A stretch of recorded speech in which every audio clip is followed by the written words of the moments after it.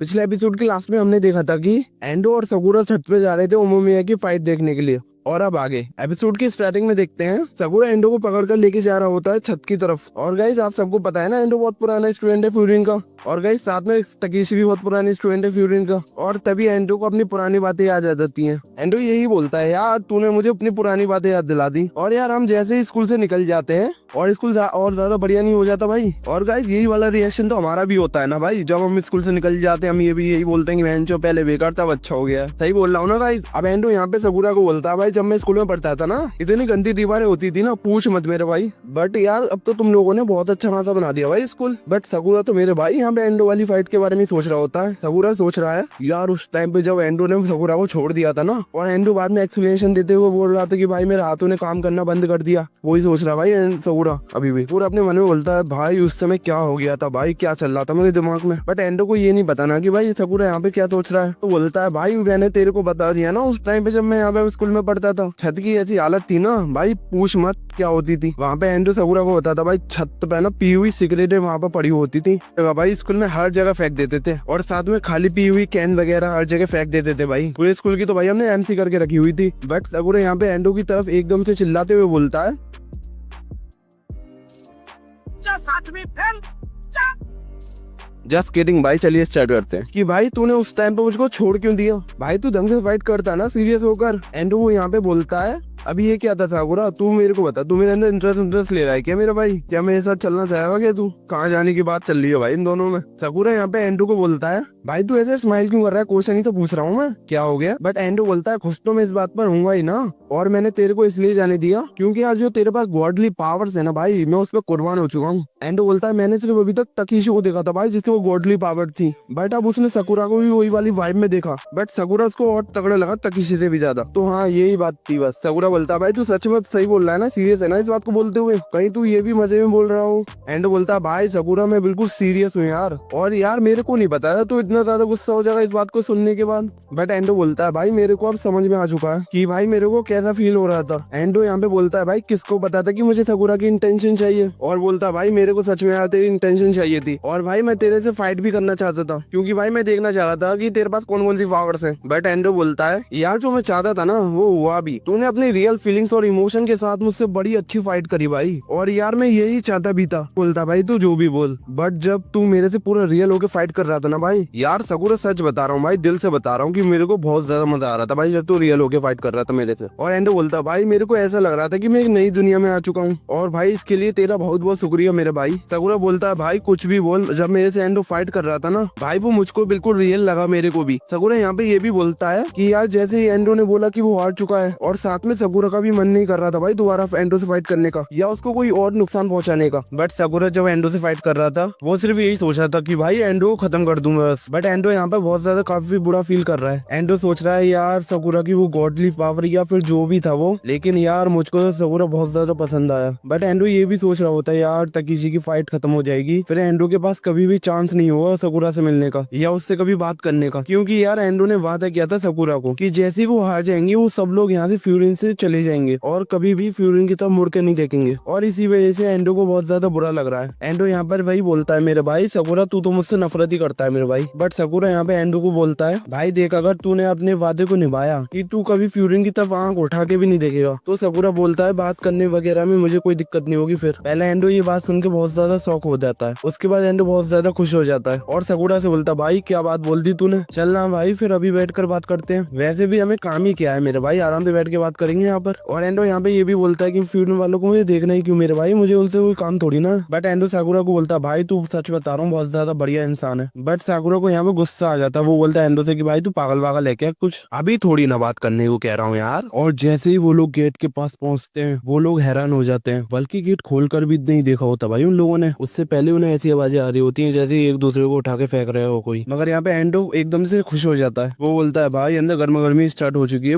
बहुत टाइम से, इसका मतलब तो भाई अब तो मजे आने वाले। और भाई वो जैसे ही गेट को खोलते हैं भाई वो लोग देखते हैं कि छत पे सब कुछ टूट गया है। जो जो भी था वहाँ पर, अम्ब्रेला, टेबल, चेयर, जो भी कुछ भी था मेरे भाई वहाँ पे सब कुछ टूट चुका है। पूरी छत की वहाँ बहन कर दी भाई उन दोनों ने। और जैसे ही इस सीन को सकुरा और एंडो देखते हैं भाई वो दोनों हिल चुके हैं बिल्कुल। और हमें यहाँ पे 2 फिगर्स दिखाई जाती हैं। साइड से ये मिथोलॉजी है जापान की, वैसा ही कुछ। मेरे हिसाब से शायद ये वाली फिगर ओमिमिया को रिप्रेजेंट कर रही है और ये वाली फिगर साइड से तकीशी को रिप्रेजेंट कर रही है। और भाई हमें यहाँ पे ओमिमिया का पहला फिगर दिखने को मिलता है फाइट के अंदर का। भाई इस बंदे के मुंह में से खून टपक रहा होता है। और भाई इसके बाद हमें मिलता है तकीशी को फाइट के अंदर का सीन देखने को। और इस बंदे के मुंह में से भी भाई खून टपक रहा होता है। और भाई फाइट यहाँ पे स्टार्ट होती है जहाँ पर ओमिमिया दे के पंच मारता है तकीशी को, बट तकीशी उसे डॉच कर देता है उस पंच को। उसके बाद तकीशी पंच मारने जाता है ओमिमिया को, बट उसे ओमिमिया डॉच कर देता है। यहाँ एंडो सकुरा को बोलता है, सकुरा सॉरी मेरे को माफ कर दियो। मेरे को पता है भाई इस टाइम पर तेरे को बहुत ज्यादा गुस्सा आ रहा होगा ये वाली फाइट को देख के, बट एंडो बोलता है सकुरा भाई तेरे को समझ नहीं आएगा भाई मैं क्या फील कर पा रहा हूँ इस समय। बट एंडो यहाँ पर रोना स्टार्ट कर देता है और एंडो बोलता है उसको बहुत ज्यादा फील हो रहा है भाई, क्योंकि एंडो ने कभी भी तकीशी को इतना ज्यादा खुश नहीं देखा भाई जितना कि आज वो उसको लग रहा है। और हम यहाँ पे देखते हैं तकीशी स्माइल कर रहा है, उसके मुंह से बहुत ज्यादा खून आ रहा है, फिर भी बहुत ज्यादा खुश है वो। और एपिसोड की स्टार्टिंग में हमें दिखाया जाता है कि ओमिमिया और तकीशी की फाइट होने से पहले का सीन। ये सीन जब का है जब ओमिमिया और तकीशी छत पर जा रहे थे और ओमिमिया छत का गेट खोलता है और उसके पीछे तकीशी चल रहा होता है और ये लोग छत पर आ जाते हैं। तकीशी आसमान की तरफ देखकर बोलता है आज का बैटर तो बहुत ज्यादा कमाल का हो रहा है। उसके बाद ओमिमिया पूछता है तकीशी से कि तुमने क्या सोचा, और तकीशी तेरे को तो हमेशा से छत पसंद थी ना, तो तुझे कैसा लग रहा है छत पर आकर कि छत उसको बोरिंग लग रही है। और तकीशी ये भी बोलता है जब मैं यहाँ से गया भी नहीं था, जब मैंने छत को एकदम मस्त बना के रखी हुई थी। तो फिर ओमिमिया बोलता है सुन चूतिए तू यहाँ पे आके जरा अपनी आंखों से देख। ओमिमिया उसको एक जाली के पास लेकर चला जाता है। जाली के बाहर पूरा फूरिन टाउन दिख रहा होता है। ओमिमिया तकीशी को बोलता है ये चीज दिखाना चाहता हूँ। तकीशी सोचता है ये क्या चूतियप्पा दिखा रहा है। ओमिमिया बोलता है कितनी मस्त जगह है और जो आवाजें वर्ड्स की आ रही हैं भाई कितना मजा आ रहा है ये सुनकर। और भाई सारे के सारे फ्यूरिन के टाउन वाले कितनी शांति से जिंदगी जी रहे हैं और पूरे टाउन में कितनी शांति है और लोग कितने ज्यादा खुश हैं टाउन में। ओमिमिया यही बताना चाहता है तकीशी को, क्योंकि भाई वो फील कर पा रहा है ये बात। यार तकीशी तू एक बार देख तो सही, जब यहाँ पे तू नहीं है तो यहाँ पे टाउन में कितनी ज्यादा शांति है और भाई टाउन में ना कोई लड़ाई है ना कुछ है, भाई सब लोग अपनी शांति से जिंदगी जी रहे हैं। बट यहाँ पे ओमिमिया तकीशी को ये भी बोलता है हम लोग आपस में लड़ते थे फ्यूरिन में, मैं क्या बोलूं यार मुझको वो वाले भी मूवमेंट बहुत ज्यादा बढ़िया लगते थे। और ओमिमिया ये भी बोलता है जब से तुम यहाँ पर आए हो जब से यहाँ पे टाउन में बिल्कुल भी शांति नहीं है और हर जगह बस लड़ाई झगड़े की आवाजें आ रही हैं। ये सुन के बस ओमिमिया को यही फील हो रहा है कि भाई ये सारे के सारे मूवमेंट पुराने जैसे वापस आ चुके हैं। ओमिमिया यहाँ पे तकीशी को बोलता है भाई मेरे को पता है तेरा और एंडो का जो भी गोल है ये नहीं है कि तुम्हें फ्यूरिन को तबाह करना है या फिर तुमको फ्यूरिन को अपने वापस अपने कंट्रोल में लेना है। तुम्हारा हमेशा से एक ही गोल रहा है कि तुम मेरे ऊपर अपना कंट्रोल जमा सको। बट तकीशी यहाँ पे ओमिमिया को बोलता है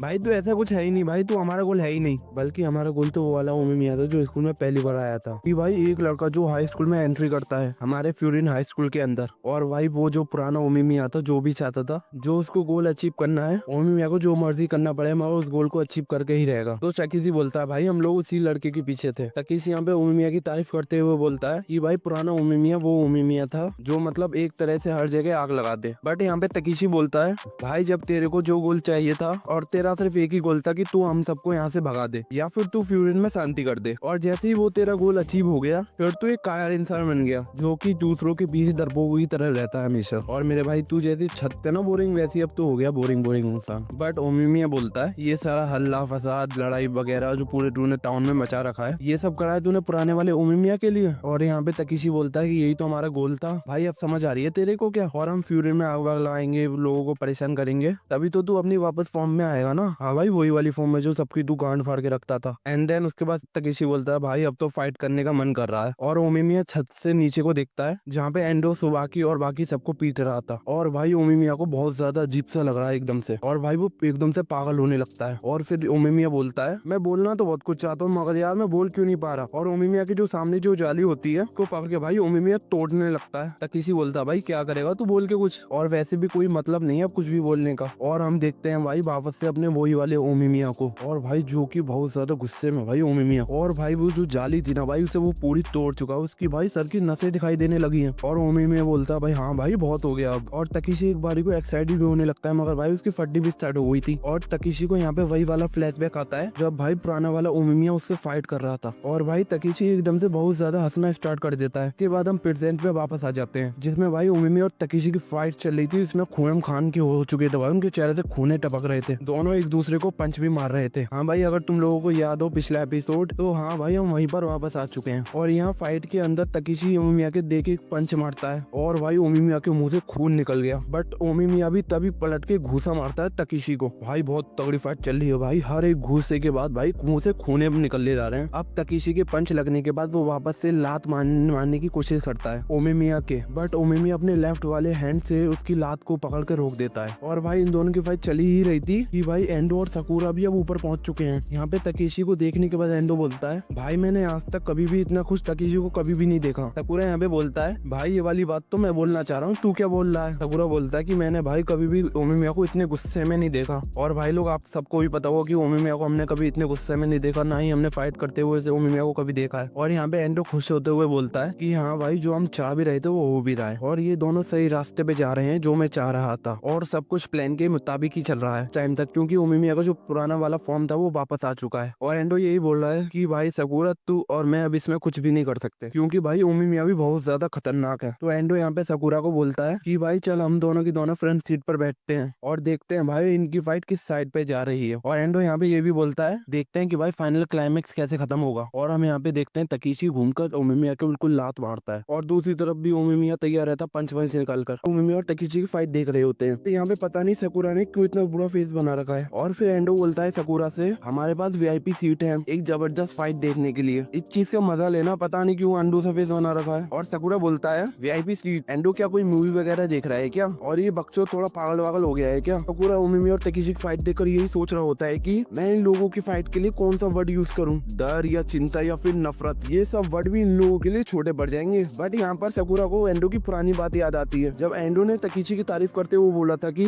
जब तकीशी फाइट करता है तो उसे ऐसा लगता है कि उसके पास गॉडली पावर्स हैं और वो खुद गॉड वगैरह है क्या। और गाइस पर साकुरा एंडो की बात पर सहमत नहीं होता कि तकीशी के पास गॉडली पावर्स हैं या खुद गॉड वगैरह है क्या। और भाई इसके साथ सीन शिफ्ट होता है ओमिमिया और तकीशी की फाइट पर। यहाँ पर तकीशी ओमिमिया के पंच मारने जाता है, बट लेकिन ओमिमिया नीचे बैठकर दो पंच को डॉच कर देता है। और गाइस इसके बाद ओमिमिया नीचे बैठकर तकीशी के मुंह पर एक जोरदार लात मारता है। और भाई जैसे ही तकीशी के मुंह पे लात लगती है उसकी फट जाती है, क्योंकि भाई तकीशी के मुंह से खून निकलना स्टार्ट हो जाता है। और गाइस आप लोग जरा ओमिमिया को फेस देखो, कितना ज्यादा खतरनाक लग रहा है। और गाइस साकुरा इन लोगों की फाइट देखकर बोलता है कि मैंने सिर्फ ओमिमिया को एक बार फाइट करते हुए देखा है, जब गाइस सिसोचोडियन वालों से फ्रेंड वालों की लड़ाई हुई थी। जो ओमिमिया और तोजिमिया की जो फाइट थी वो तो कोई फाइट थी भी नहीं इस फाइट के मुकाबले। और साकुरा बोलता है ये तो फाइट अलग ही लेवल की चल रही है। और साकुरा को एंडो की बात का फ्लैशबैक आता है, जिसमें एंडो ने बोला था कि तकेशी एक आग है और इसके अंदर से ऐसा लगता है कि आग निकलती है। और साकुरा बोलता है मगर ये चीज तो मैं ओमिमिया के अंदर फील कर पा रहा हूँ। और गाइस इसके बाद ओमिमिया भागते हुए जाता है तकेशी के पास और वो तकेशी की जैकेट पकड़ लेता है, मगर तकेशी अपने आप को बचाने के लिए घूम जाता है। और घूमते हुए तकेशी ओमिमिया के देखकर एक मुंह पे लात मारता है। और ओमिमिया को तकेशी की लात का ज्यादा फर्क नहीं पड़ता है। और गाइस इसके बाद तकेशी अपनी फुल फॉर्म में आकर उस जैकेट को उतार कर फेंक देता है। उसके बाद हम देखते हैं कि तकेशी के हाथ पर एक टैटू होता है, जिसे देखकर साकुरा को कुछ याद आता है। वो बोलता है कि ये टैटू तो मैंने पहले भी देखा है। और साकुरा के साइड में ही एंडो बैठा था और साकुरा की नजर एंडो की शोल्डर पर पड़ती है और एंडो के शोल्डर पर भी सेम टैटू होता है जो तकेशी के हाथ पर था। और साकुरा ये टैटू देखने के बाद एंडो से पूछता है कि ये सिंबल कोई ग्रुप का सिंबल वगैरह है क्या, और क्या ये तुम्हारे ग्रुप के सभी लोगों के हाथ पर होता है क्या। और गाइस जैसे ही एंडो ये बात सुनता है वो एकदम से बहुत ज्यादा गुस्सा हो जाता है। और एंडो बोलता है, देख साकुरा तुझे जैसा मजाक करना है तू वैसा मजाक कर सकता है, अगर तूने टैटू या फिर सिंबल्स के बारे में कुछ भी बोला तो मैं तेरी गांड फाड़ दूंगा। और वैसे भी ये कोई टीम वगैरह का सिंबल नहीं है और मुझे और तकेशी को उन चूतियों से कंपेयर मत कर। और रही बात ये सिंबल की, तो ये सिंबल सिर्फ मुझे और तकेशी को रिप्रेजेंट करता है, सुना तूने चूतिए। और गाइस इसके बाद हम देखते हैं तकेशी और एंडो का फ्लैशबैक, जिसमें तकेशी एंडो से बोलता है कि मुझे एक टैटू बनवाने का मन कर रहा है, जिस पर एंडो कहता है टैटू। वैसे तकेशी का आइडिया तो बहुत ज्यादा काफी अच्छा है, वैसे किस टाइप का टैटू बनवाना है तुझे। पर तकेशी एंडो की बात का कोई भी जवाब नहीं देता और तकेशी फिर सोचने लगता है। पर तभी एंडो कहता है कि तूने अभी तक कुछ सोचा भी नहीं है। फिर एंडो बोलता है कि तू टेंशन मत ले, मैं हूँ ना, मैं खुद अच्छा से सोचता हूँ तेरे लिए। उसके बाद बेचारा दिन रात मेहनत करके फाइनली एक टैटू बना लेता है। उसके बाद एंडो तकेशी के पास जाता है और बोलता है ये देख भाई ये बना के लाया हूँ, कैसा लग रहा है। और तकेशी को एंडो का ये टैटू देखकर उसे काफी ज्यादा पसंद आता है और बोलता है यार एंडो तूने तो बहुत ज्यादा खतरनाक टैटू बनाया है। और तकेशी साथ में ये भी बोलता है मैं इस टैटू को ही बनवाऊंगा अब, और वो उस टैटू को बनवाने के लिए चला जाता है। और एंडो ये बात सुनकर बहुत ज्यादा खुश हो जाता है और इसी के साथ ही हमारा फ्लैशबैक खत्म हो जाता है। और अब स्टोरी प्रेजेंट में आती है, जहाँ पर एंडो साकुरा को बोलता है ये टैटू रिप्रेजेंट करता है तकेशी को। और साकुरा ये बात सुनकर थोड़ा शॉक हो जाता है। साकुरा एंडो से पूछता है कि एक सिंबल तकेशी को कैसे रिप्रेजेंट कर सकता है। एंडो साकुरा को बताता है कि जापान ने जो फर्स्ट कैनन यूज की थी, यानी कि बीच लोडिंग गन, जिसे जापानीज में बोलते हैं इशिबिया। और एंडो हम लोगों को इशिबिया का मीनिंग भी समझाता है। इशी का मतलब स्टोन, बी का मतलब फायर, या का मतलब प्रोजेक्टाइल। इसका पूरा मतलब होता है कि आग में लिपटे हुए पत्थर फेंके जाएंगे अपने दुश्मन के ऊपर। और एंडो बोलता है कि मैं फायर और स्टोन जैसे वर्ड यूज करता हूँ तकीशी के ऊपर, और ये पत्थर है निकलते हैं आग के गोले। और गाइस जिसे हम अपनी लैंग्वेज में बोलते हैं कैनन, जापानीज में इसे बोलते हैं कुनीज कुजिसी, डिस्ट्रॉय द कंट्रीज। और गाइस पता नहीं एंडो तकीशी को क्या समझता है यार, क्योंकि एंडो बोलता है अगर हम दोनों किसी और एरा में पैदा हुए होते तो तकीशी अकेला ही 1 या 2 कंट्रीज को अकेले ही खत्म कर देता। और एंडो साकुरा को बोलता है मैं जो तेरे को यहाँ पे बता रहा हूँ ना